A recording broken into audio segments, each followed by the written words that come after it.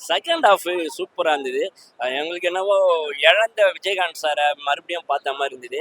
ஆ ஒரு ஹாலிவுட் ரேஞ்சுக்கு ஒரு ஆக்ஷன் பிளாக், ஒரு ஃபைட்ரு எனக்கு 3 ஃபைட் வச்சிருந்தாங்க. இவரு யானைக்கு மதம் பிடிச்சிருச்சா, இல்ல இவருக்கு மதம் பிடிச்சிருச்சான்ற மாரி இருந்தது. ஆனா அது ஜஸ்டிஃபை பண்ணியிருக்காரு. இவருக்கு காதல் வருமா, காமெடி வருமாலாம் தேவல்ல.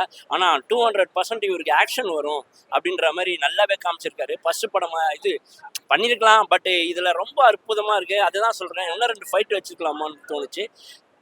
எதனா ஒரு மிஸ்டேக் இருந்தா அது டைரக்டர் மேல தான் சொல்ல முடியுமே கண்டி. கதை வைஸும் கதைக்கு ஜஸ்டிஃபை பண்ணி நடிச்ச சண்முக பாண்டியனும் இன்னும் பெரிய ஆளா வர்றதுக்கு நிறைய வாய்ப்புகள் இருக்கு. ஹாலிவுட் ஆக்ஷன் காமிச்சதுனால இவருக்கு எதனா ஒரு பட்டத்தை கொடுக்கலாம் அப்படின்ற மாதிரி சின்ன சின்ன செல்ல வர சில ஏஐலாம் பார்த்தாலே ரொம்ப அழகா இருக்கு.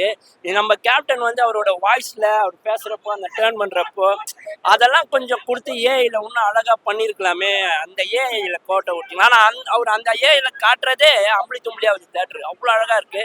சில சீன்ஸ் எல்லாம் பேக்ரவுண்ட்ல போட்டோ வைக்கிறப்பெல்லாம் கத்துறாங்க ஜனங்க. எனக்கு என்னவோ விஜயன் சார் மறுபடியும் வந்துட்டாரு அப்படின்ற இளையராஜா சார் உடம்புல அனிருத்து பூந்தா மாதிரி இருக்கு. வெளியே வந்தது இளையராஜா போட்டாரா?